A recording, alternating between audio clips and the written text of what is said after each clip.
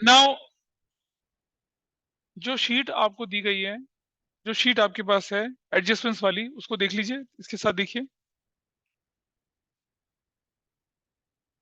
That sheet is there with you, हाँ जी, उसी को देखिए।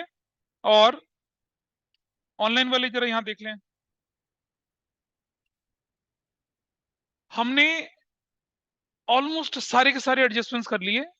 एक छोटा सा एडजस्टमेंट जो कि आपके सिलेबस का पार्ट नहीं है, लेकिन हम फिर भी करेंगे, उसको करेंगे क्योंकि कई बार ट्वेल्थ में कभी दाएं बाएं आगे उसका उसका इम्पैक्ट पड़ जाता है। Will do that. आइए देखें जरा उसको।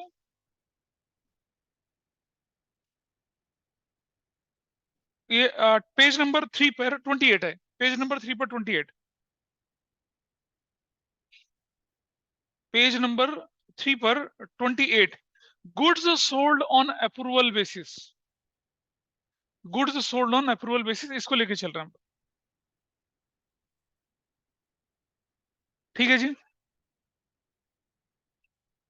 जरा समझ लीजिए आप सब लोग, पीछे से स्टार्ट करें। Goods sold on approval basis, I am just talking about that.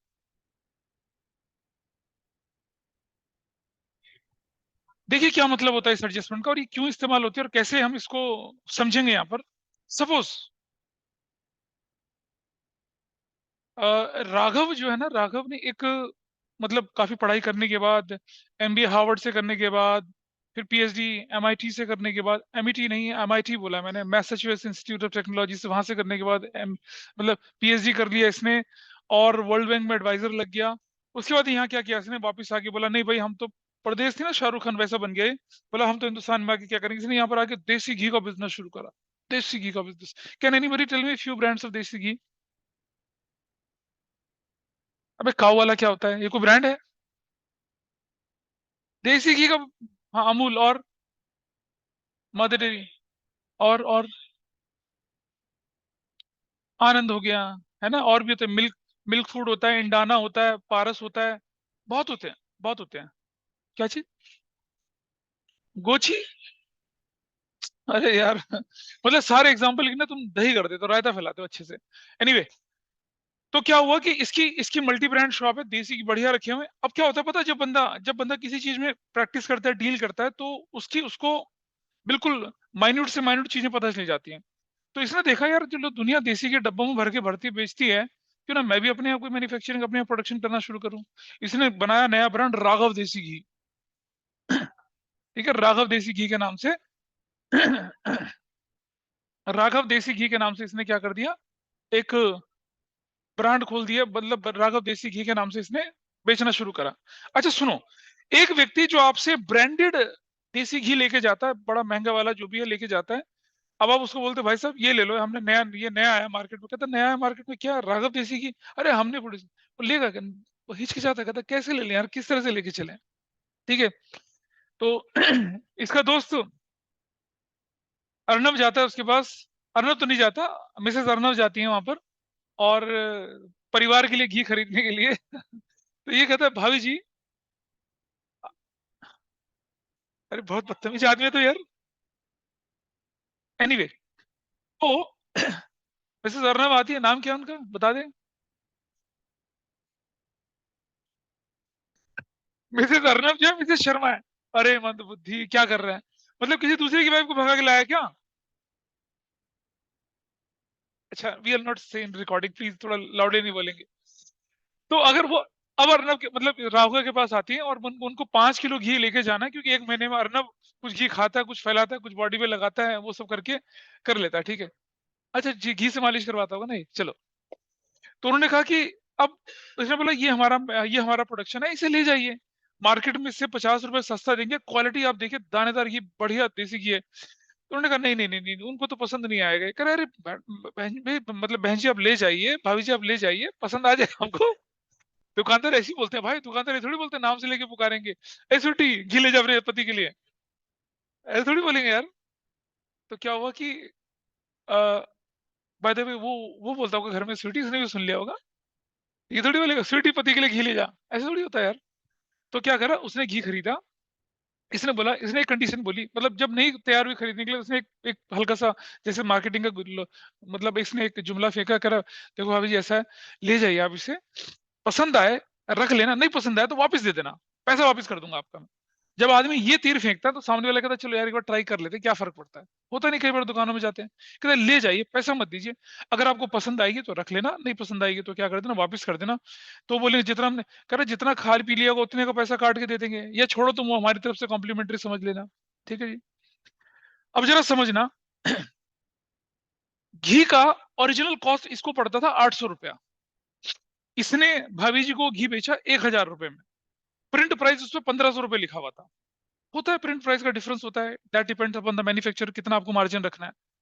तो 800 रुपए का घी इसने 1000 रुपए में बेच दिया, किसको, मिसेस अर्णव को, और पैसा जो है वो बाद में आएगा।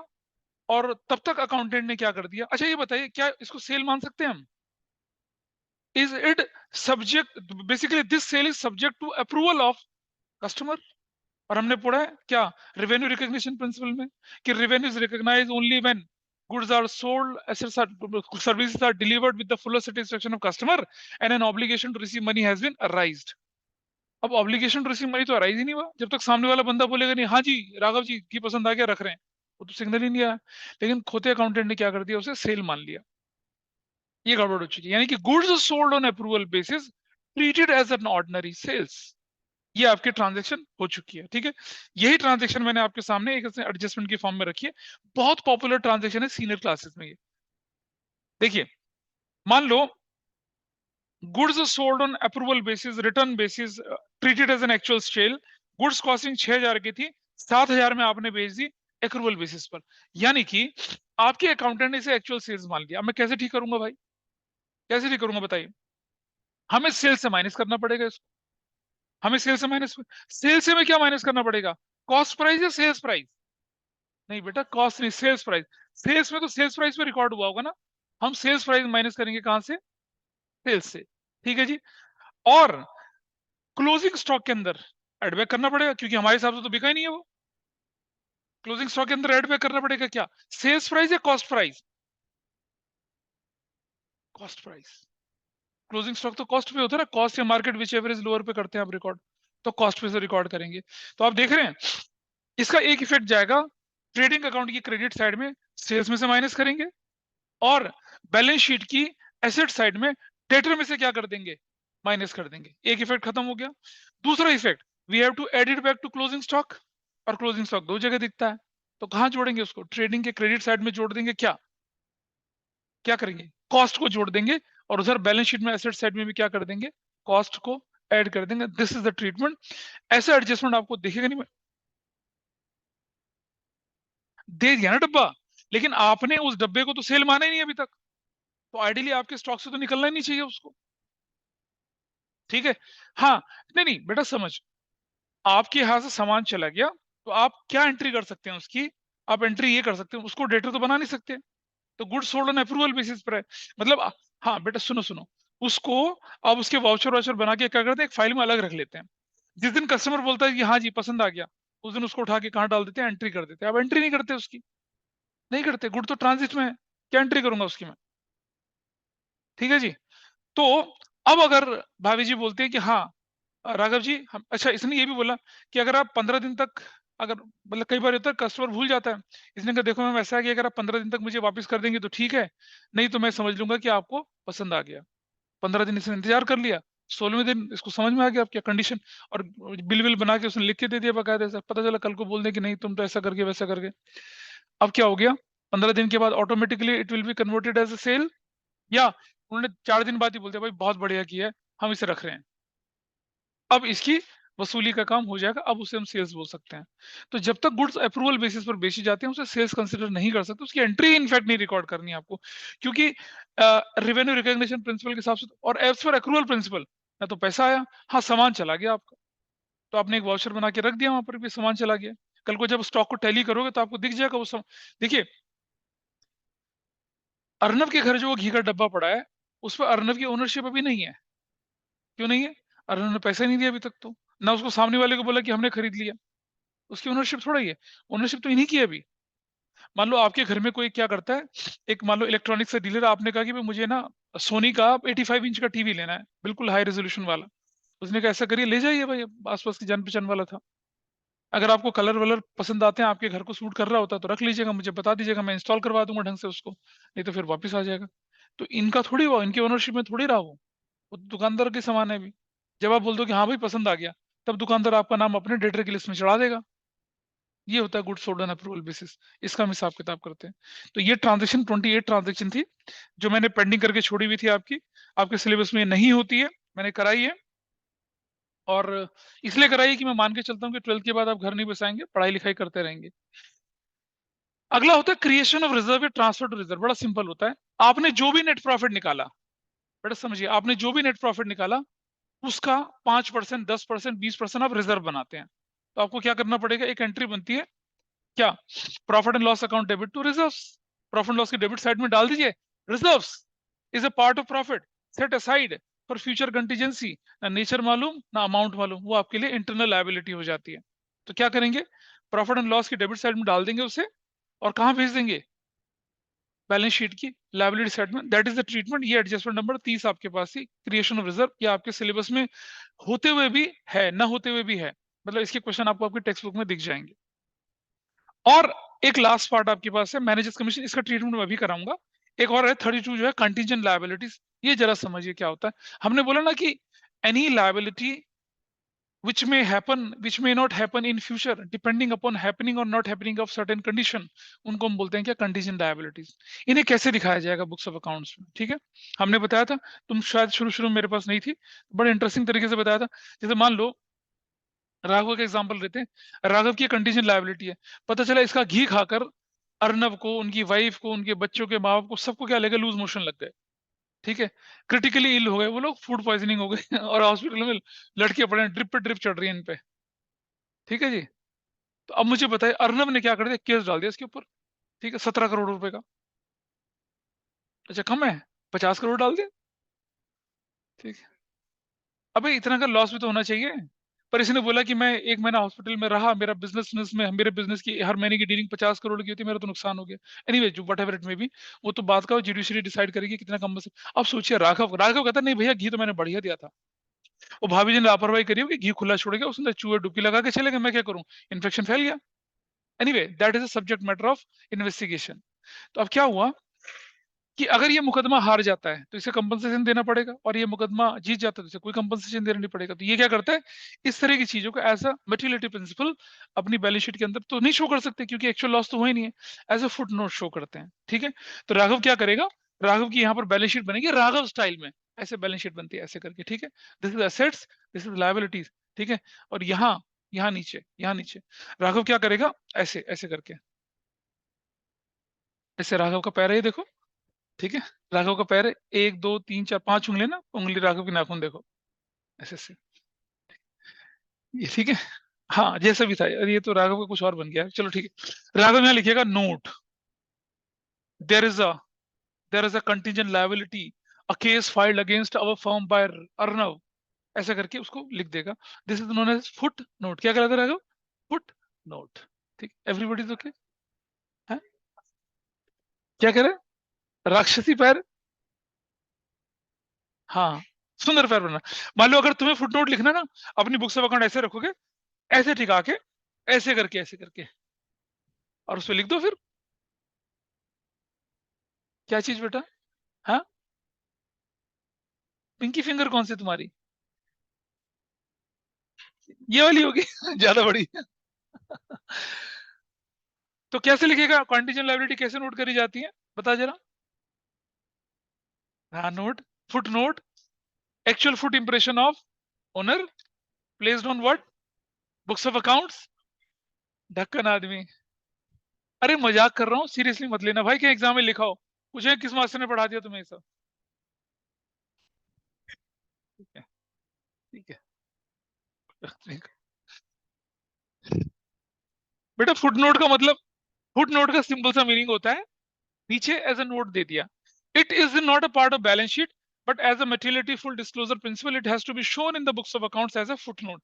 इसे कंटीजेंट लायबिलिटी कहते हैं। सुनो, कंटीजेंट लायबिलिटी के एग्जांपल आपके लिए बड़े इंपॉर्टेंट है, ये एग्जाम में आते हैं, ये बेसिक अकाउंटिंग टर्म्स जो आपको पहला चैप्टर था उससे रिलेटेड है।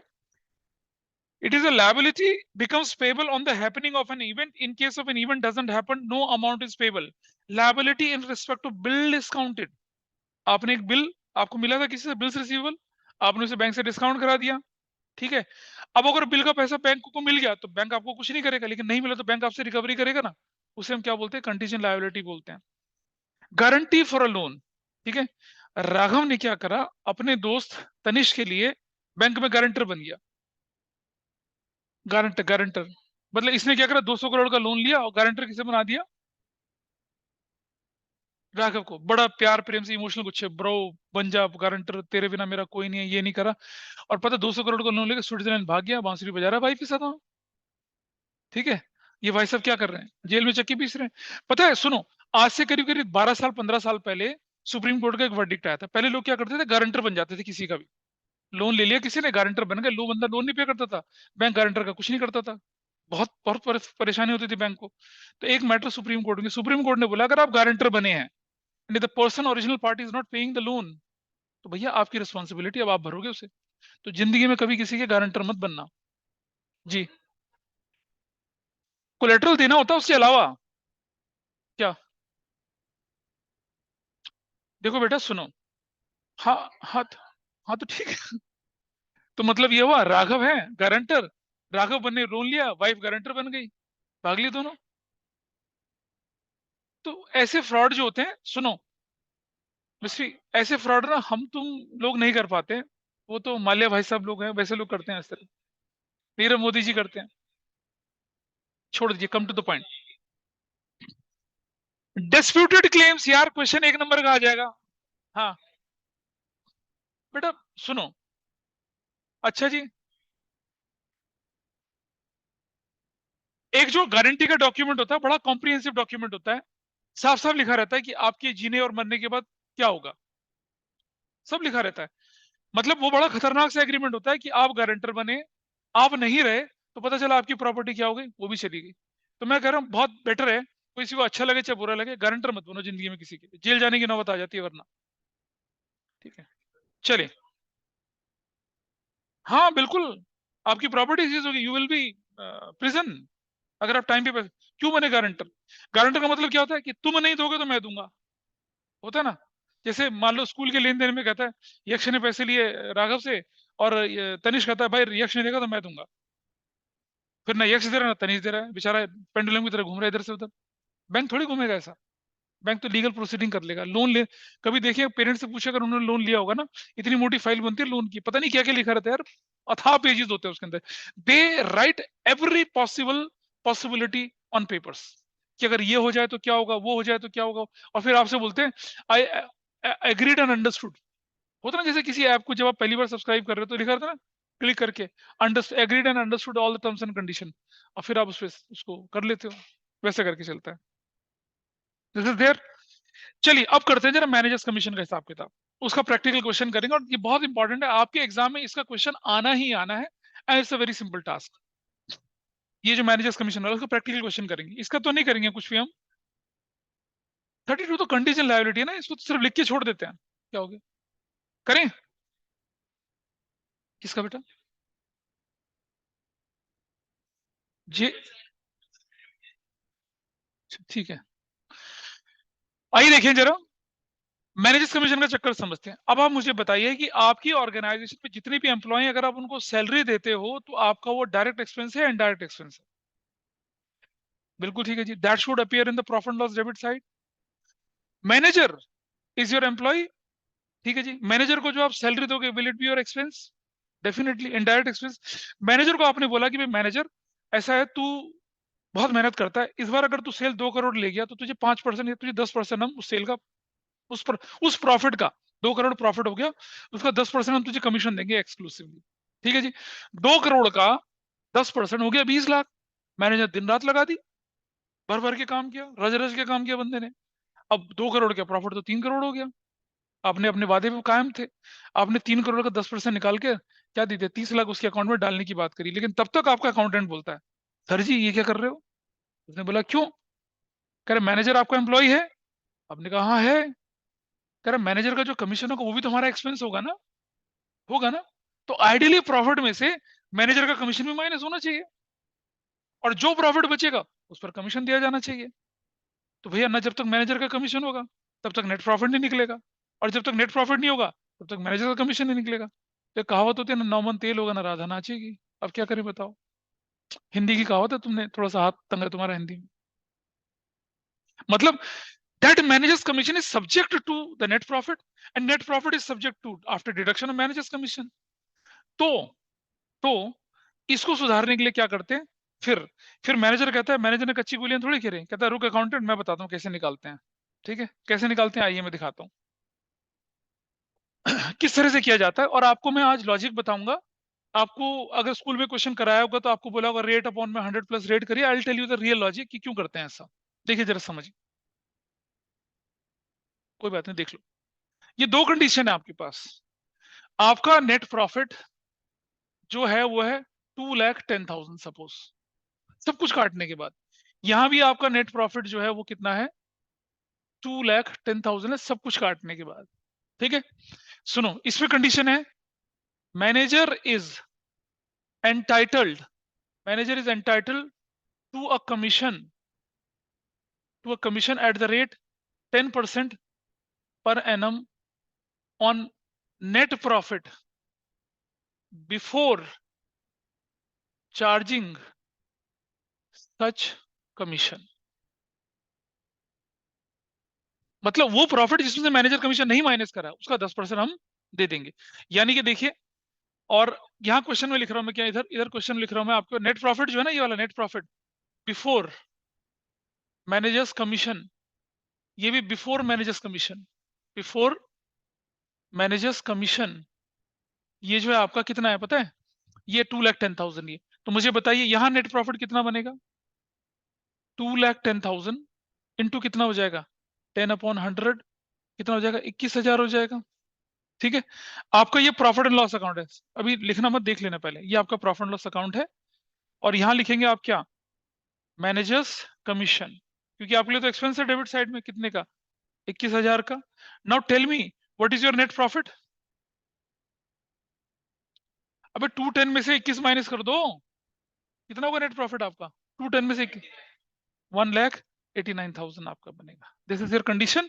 और आप बैलेंस शीट में जाएंगे, क्योंकि मैनेजर्स कमीशन पे नहीं किया हुआ है तो उसे लायबिलिटी साइड में दिखा देंगे, क्या बोलकर, ऐसे दिखाएंगे, मैनेजर्स कमीशन पेबल।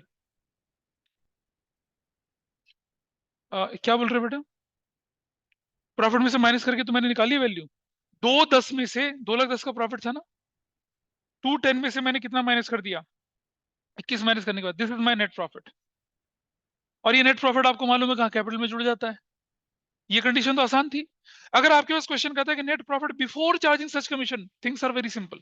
और सुनो, जो आपके पास एक्चुअल प्रॉफिट की फिगर है वो net profit before manager commission ही तो है, लेकिन हमने तो बोला कि तुझे कमीशन देंगे हम आफ्टर वाले, आफ्टर मैनेजर कमीशन वाला। यहां थोड़ा मामला उल्टा हो जाता है। यहां लिखा है क्या, manager is entitled to a commission at the rate 10% per annum on net profit after charging such commission, after charging such commission। अब ये तो समस्या बन गई, ये तो नेट प्रॉफिट बिफोर चार्जिंग था। जब तक इसमें से मैनेजर कमीशन माइनस नहीं होगा तब तक मेरी कहानी बनेगी नहीं। ठीक है, तो जरा देखिए, मैं आपको एक लॉन्ग तरीका भी दिखा रहा हूँ और एक शॉर्टकट तरीका भी सिखा रहा हूँ। और ये जो कंसेप्ट है ना, ये वाला कंसेप्ट 12th क्लास की जो आपकी फर्स्ट बुक है उसके फर्स्ट चैप्टर में भर भर के है। ये कंसेप्ट इसे ढंग से सीख लें, 1 महीने बाद, 1.5 महीने बाद तुम्हारी 12th शुरू हो जाएगी, और पहले चैप्टर में ये आपका बिल्कुल ठूस रखा है, जगह जगह हर जगह पे दिखेगा आपको कंसेप्ट। तब मैं दिखाऊंगा, देखो हमने 11th में पढ़ा था। आइए पहले ट्रेडिशनल तरीके से सीखते हैं कैसे बनता है, कैसे निकालें। ठीक है, वो मैं ये बना, let net profit after manager's commission is 100। ठीक है जी, हमने मान लिया 100 रुपया मैनेजर्स कमीशन के बाद, मतलब प्रॉफिट जो हमारा मैनेजर कमीशन काटने के बाद 100 रुपया है। आप बताइए नेट मैनेजर्स कमीशन कितना बनेगा, बताइए मैनेजर्स कमीशन क्या बोला था हम लोगों ने, इट इज 100 का 10/100 कितना है, 10 रुपए का है। भाई इसी का तो 10% निकाल रहे हैं आप। So now what is your value 110, ये वैल्यू क्या है? This is net profit before before managers. Net profit क्या है आपका? ये बिफोर बिफोर मैनेजर्स कमीशन कितना है? 110। अगर आफ्टर कमीशन 100 रुपया है और कमीशन 10% आफ्टर का है 10 रुपया, तो बिफोर कमीशन वैल्यू कितनी होगी? 110। क्लियर जी आपके? Everybody is okay with this? उधर ऑनलाइन ऑफलाइन सब लोग, अरे बोलो ऑनलाइन वालों, ठीक है? This point is okay with you? Yes sir. Commission Nandini Kanishka Kairavi, कहाँ है भाई तुम्हारा दोस्त बटुकनाथ? अच्छा तुम नहीं गए? कहाँ है? अच्छा ये तो बड़ी ट्रिप करके आया है। ठीक, आइए देखें इधर। अच्छा ठीक है यार, ठीक है, इधर देखिए। If net profit before managers commission is 110, then commission is what? 10. Everybody is okay with this? है? क्या बोल रहे हो? हमने 110 का 10% निकाला है, 100 का 10% निकाला है, तो फिर तो 110 से क्यों कंपेयर कर रहे हो? नहीं बेटा, वही तो सिखा रहा हूँ, 110 का 10% नहीं मिला है। देखो से क्वेश्चन पहले पूरा। If net profit before manager commission is 110, तब जाके कमीशन कितना है? 10 रुपया है। If net profit before managers commission is 1, then commission कितना हो जाएगा बताइए? 10 अपॉन में 110 हो जाएगा। Everybody is okay with this? And if net profit before managers commission is 2,10,000, then commission कितना हो जाएगा बताइए? 2,10,000 इंटू 10 अपॉन में 110, क्या होगा बताओ? कितना हो जाएगा?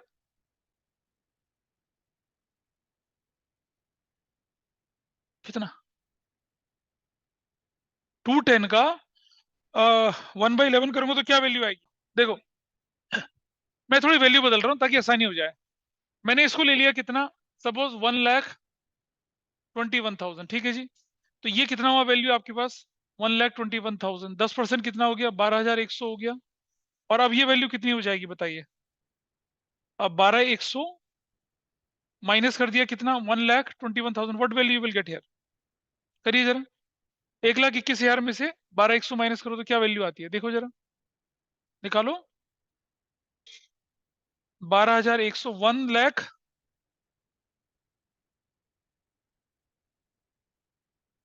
121 का 10% 12,100 होता है।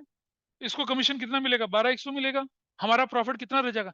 Now tell me, this net profit is after manager's commission है नहीं वाला? तो ठीक है, इसमें तो काम फर हो गया आराम से। इधर चलते हैं। इधर हमने क्या ले लिया? हमने यहाँ पर फिर दोबारा से 121 ले लिया। इससे कैलकुलेशन आसान हो जाएगी। तो now if 121, then what is manager's commission बताइए? कितना होगा मैनेजर्स कमीशन बताओ? 121, 11,000 हो जाएगा। ठीक है जी। अब जरा यहां देखिए, आपके पास प्रॉफिट एंड लॉस अकाउंट के अंदर चले गए। You will write managers commission कितना? 11,000, ठीक है। अब बताइए आपका नेट प्रॉफिट कितना होगा? 121 में से 11 चला गया तो कितना बचा? 1,10,000। बैलेंस शीट क्या होगी? मैनेजर्स कमीशन पेबल कितना लिखोगे? 11,000। बताइए, इस पे मैं और दोबारा बात करूंगा। बिजनेस के लिए कौन सी चीज फायदेमंद है? Which one is better for business? ये मतलब तुम्हें लग रहा नहीं बेटा, यहां ध्यान से देखो। तुम्हें प्रॉफिट ये मंजूर है या वो मंजूर है? ठीक है, तुम्हारे मैनेजर का भी हिसाब पूरा हो गया, उसको जो चाहिए था वो मिल गया, और तुम्हारे प्रॉफिट में भी क्या हुआ? फर्क नहीं पड़ा। तो जनरली बिजनेस में ये चीज एक्सेप्टेबल होती है, ये चीज चलती है। तो अब अगर आपके पास क्वेश्चन आ जाए कि manager is entitle commission 5% on net profit after charging such commission, तो net profit into rate upon में 100 प्लस रेट कर दोगे। दिख रहा है आपके सामने? इसे तो निकल रहे हैं। 100 प्लस रेट कर दोगे ना इसको। इस फॉर्मूले को अगर मैं बोलूं तो कैसे बना रहे हैं फार्मूला? हम ऐसे लिख रहे हैं, देखो। अब ये फॉर्मूला कैसे बना? ये बना manager's commission on, net profit after charging such commission is equal to, कैसे बनेगा, net profit before managers commission into rate upon में 100 प्लस रेट, ये फॉर्मूले से चलता है। तो आपको जनरली क्या कराया जाता है, सीधा फॉर्मूला सिखा देते हैं कि बेटा अगर रेट दे रखा है 10%, तो managers commission after charging such commission क्या होगा, जो भी प्रॉफिट निकला वो इंटू 10 अपॉन में 110, इंटू 15 अपॉन में 115, इंटू 5 अपॉन में 105, इंटू 2 अपॉन में 102, ऐसा करके करने के लिए बोलते हैं। अच्छा, अगर आपके पास क्वेश्चन आ जाए क्या कि managers commission is 10% of the net profit before charging such commission, तो फॉर्मूला क्या बनेगा, बेस तो यही रहेगा ना, नेट प्रॉफिट बिफोर।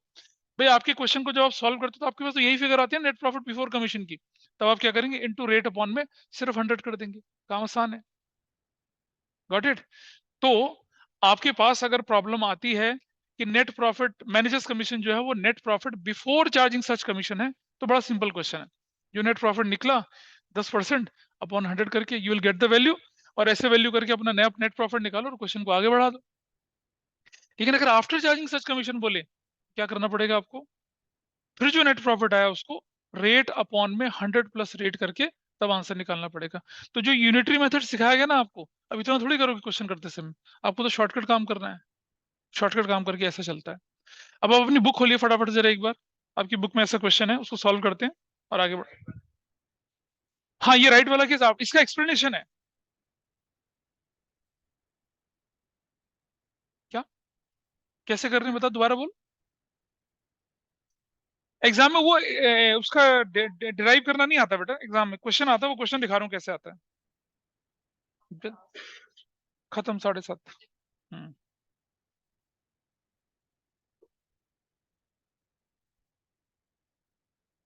आप अपनी बुक खोलिए फटाफट से।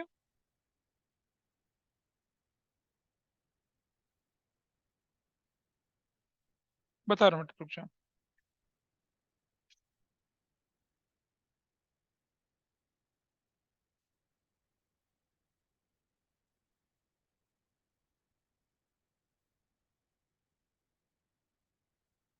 इलस्ट्रेशन नंबर 19 देखिए, पेज नंबर 19.43, पेज नंबर 19.43 देखिए फटाफट से। पेज नंबर 19.43, इलस्ट्रेशन नंबर कितना है भाई, उसको देखिए।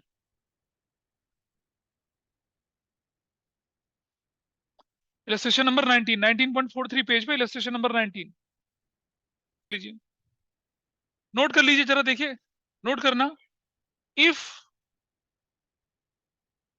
Managers commission is allowed at the rate 10% per annum on net profit before charging such commission, then managers commission जो निकाला जाए कैसे निकाला जाएगा, net profit before managers commission into rate upon में 100, ये नोट कर लें भाई। क्या है, अगर बिफोर चार्जिंग सच कमीशन है तो इफ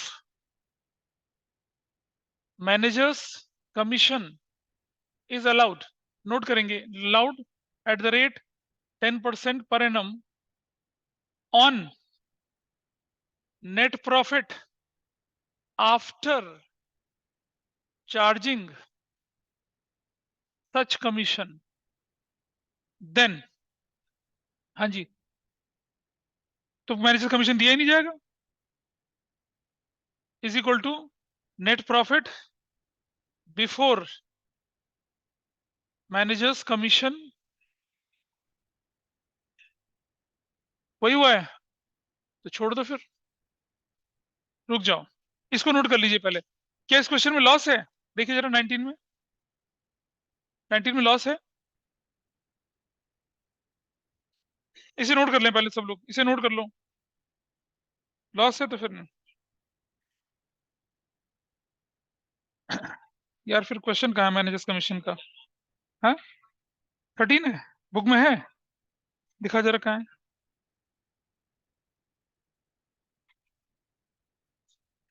कोई बात नहीं,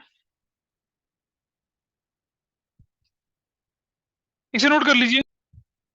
सॉल्व करें इसको। ओपनिंग स्टॉक देखिए, मेरे साथ साथ नोट करते चलो। छोड़ दे मत, खा गाय की तरह खाना। परचेजेस, सेल्स, क्लोजिंग स्टॉक और इधर सबसे पहला काम अपनी एडजस्टमेंट मार्क कर लीजिए। आपके क्वेश्चन में एडजस्टमेंट लिखा हुआ है स्टॉक 6100 का, स्टॉक 6100 का। इसके बाद बिल्डिंग, कोई एडजस्टमेंट है बिल्डिंग पे? जल्दी से बिल्डिंग पे कोई एडजस्टमेंट है लिख लीजिए। बिल्डिंग कितने की बिल्डिंग बताइए? 27,000 की। नेक्स्ट आइटम मशीनरी पे कोई एडजस्टमेंट? मशीनरी की वैल्यू है कितने? 16,500 माइनस 1650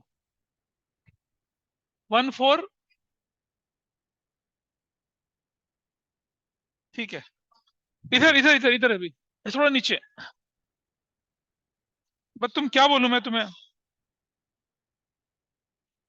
मैंने ही कहा था कि बदल रहे हैं क्योंकि उसमें लॉस आ रहा था। फर्नीचर, फर्नीचर पे कोई एडजस्टमेंट है? नहीं। कितने का फर्नीचर है? 6300 का। गुडविल कितने की है? 27,140। आगे 42। इसके बाद है प्रोडक्टिव वेजेस। प्रोडक्टिव वेजेस यहां जाते हैं।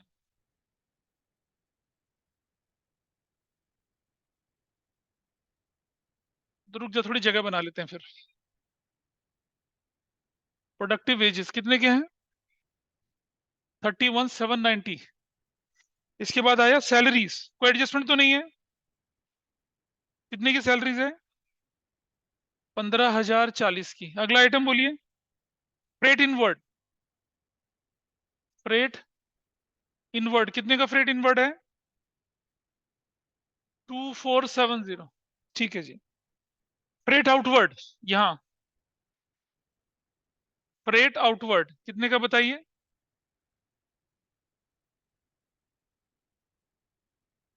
2000 का। आगे चलते हैं। मैन्युफैक्चरिंग एक्सपेंसेस, मैन्युफैक्चरिंग एक्सपेंसेस कितने के बोल रहे हैं? 11,000 के। बातें ना करो, नोट कर लो साथ साथ। नेक्स्ट आइटम आपके पास है इंश्योरेंस, कोई एडजस्टमेंट तो नहीं है? 3,000। क्या बोला है? कहाँ लिखा है? वो तो गुड्स लॉस में फायर वाला है ना, उसको छोड़ो, वो अलग चीज है। जनरल एक्सपेंसेस 6630 का। डेटर्स, डेटर पे कोई एडजस्टमेंट है? डेटर्स पे एडजस्टमेंट बताइए कोई है? डेटर्स है 67,360 के। And it says create provision for doubtful debt. और ऑलरेडी प्रोविजन, बेड डेट भी गिवन है आपके पास। रुक जाइए, पहले बेड डेट पुराना लिख लीजिए। बेड डेट, बेड डेट लिखेंगे यहाँ पर 1,300 रुपए का, plus provision for doubtful debt, नया वाला न्यू। निकालो जरा नया कितना आता है, minus provision for doubtful debt, नया वाला न्यू। कितने परसेंट बोला इसने? 5% ऑन डेटर। निकालो 5% कितना आता है इसका। निकालिए 5% कितना आया?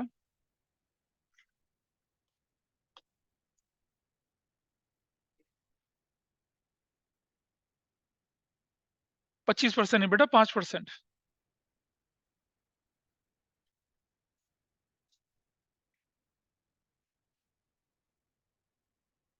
है।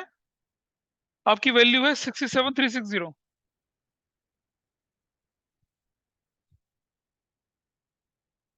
3,368, तो माइनस 3,368। क्या वैल्यू आई बताइए माइनस करने के बाद?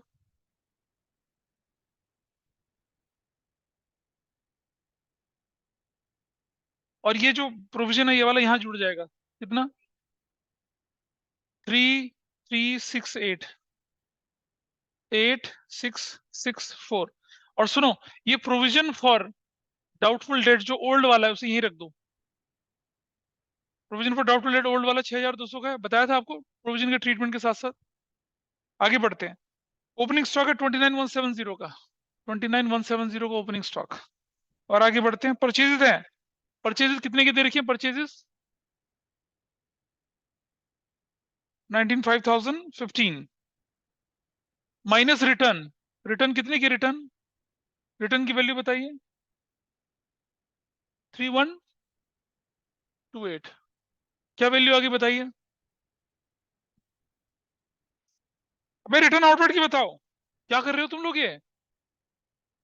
कौन था ये पापी व्यक्ति? 93। आगे चलते हैं। कमीशन, ये मैनेजर्स कमीशन नहीं है, 989 का। बेड डेट हम कर चुके हैं। Bank charges 7145। आगे चलें। बैंक बैलेंस कितने का बैंक बैलेंस बोला है? 7।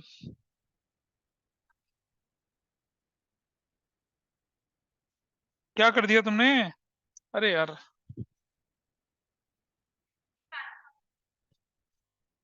Bank balance 71। बड़ा इंपॉर्टेंट क्वेश्चन है ये, देख लीजिए। मतलब इस तरह का क्वेश्चन एग्जाम में 100% आना, मैं गारंटी लिख के ले लीजिए। आगे चलिए। कैश 721 का। कैपिटल इधर, अबे मेरा तो निकल जाएगा तेरा जी पाव बाहर अभी। सेल्स कर लिया। रिटर्न इनवर्ड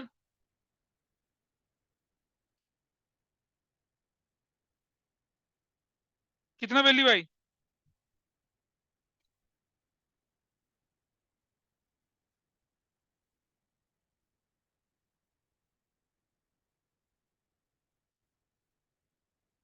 भाई जी पॉप कहाँ से लग रहा है ये?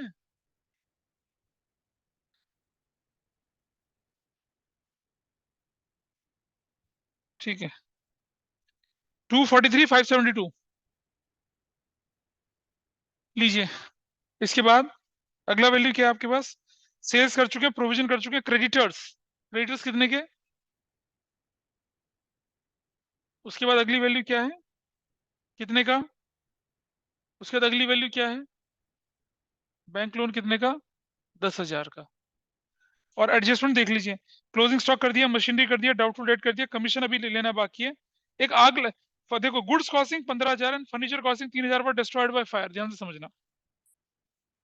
तो जो गुड्स डिस्ट्रॉयड बाय फायर, यहां लिख दूंगा मैं क्या? Loss by fire. यहां से कर दिया परचेज से, यहां से कर दीजिए, क्रेडिट साइड में लिख दीजिए। कितना वैल्यू कर रहे हैं हम लोग? 1,500 रुपए की। लॉस बाय फायर 1,500 रुपए का। और फर्नीचर डिस्ट्रॉयड बाय फायर कितने का? फर्नीचर भी है ना यहाँ पर 6,300 का। माइनस लॉस कितने का इसका? कितने का फर्नीचर गया? 3,000 रुपए का। This value is going to be 3,300। और ये इधर इधर लॉस बाय फायर, प्लीज ध्यान से समझना। 1,500 रुपए का लॉस बाय फायर था गुड्स का। कितने का क्लेम मिल गया? 1,000 रुपए का। तो कितने का क्लेम नहीं मिलेगा आपको? हाँ, कितने का? 500 का लॉस हो गया, 500 का। और सुनो, ये जो आपने बैंक बनाया ना, बैंक यहाँ पर, ये bank 7145 plus insurance claim goods का 1,000 रुपए का, प्लस इंश्योरेंस क्लेम फर्नीचर का। फर्नीचर का कितना क्लेम मिल रहा है? 2,000 का। This is going to be कितना? 10,145 ऐसे बनेगा। और इधर लॉस बाय फायर गुड्स, और इधर लॉस बाय फायर फर्नीचर। कितने का? 3,000 का फर्नीचर का लॉस हुआ था, 2,000 इंश्योरेंस कंपनी ने दे दिया, तो 1,000 का लॉस है। ये आपका क्वेश्चन खत्म हुआ है। यहाँ पर आपकी सारी एंट्रीज चली गई हैं। अब देखिए कैसे करना, पकड़े। हाँ, लॉस बाय फायर 1,500 रुपया, जिसमें से आपको कितने का नुकसान? 500 नहीं मिला, तो 1,000 रुपये वहां मिल गया। चलिए ग्रॉस प्रॉफिट निकालते हैं पहले इसका। निकालिए ग्रॉस प्रॉफिट की वैल्यू कितनी आती है। देखिए जरा जल्दी से, दिस इज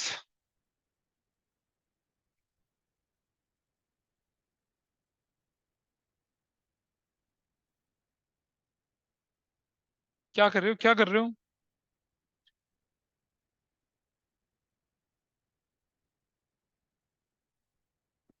251, 172, 251, 172, इसमें से माइनस कर दीजिए ऊपर वाली वैल्यू सारी।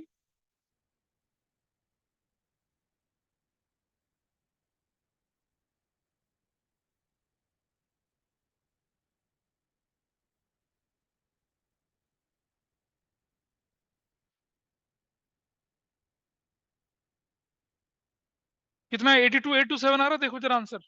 ग्रॉस प्रॉफिट मिल रहा है, यही आ रहा है ना?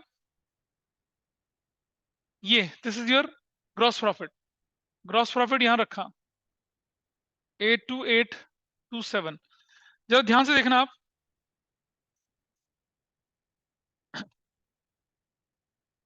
इसका टोटल करिए जरा, कितना आता है ये? प्लस 6200, 89, 89027, ये वैल्यू आई। इस वैल्यू में से ये सब माइनस करिए जरा, कितना था? रफ में करेंगे पहले इसको माइनस, ठीक है? क्या, कौन सा वाला लॉस बाय फायर भाई? बेटा सुन, या तो ये लॉस बाय फायर या तो परचेज से माइनस होता है, या क्रेडिट साइड में डाल दो। हमने क्रेडिट साइड में डाल दिया। It has to be deducted from purchase. Loss by fire to purchase entry होती थी। 89027 माइनस करो इसको, minus minus 2000, 3000,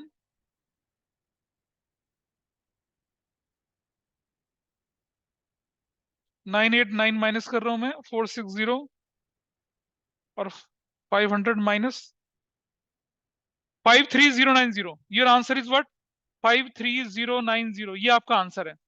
now tell me, this 53090 is what? Net profit before managers commission है ना? इसका मैनेजर्स कमीशन का रेट कितना है? 10 अपॉन में 110 करिए जरा, कितना आता है? 53090 इंटू 10 अपॉन में 110,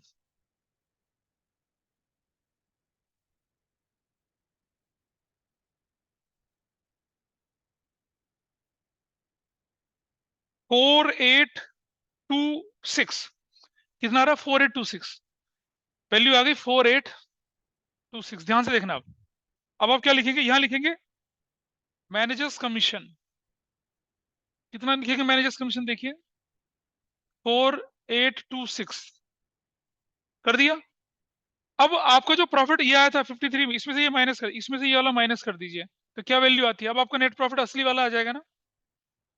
53090 minus 4826, 84, 48264, this is your net profit.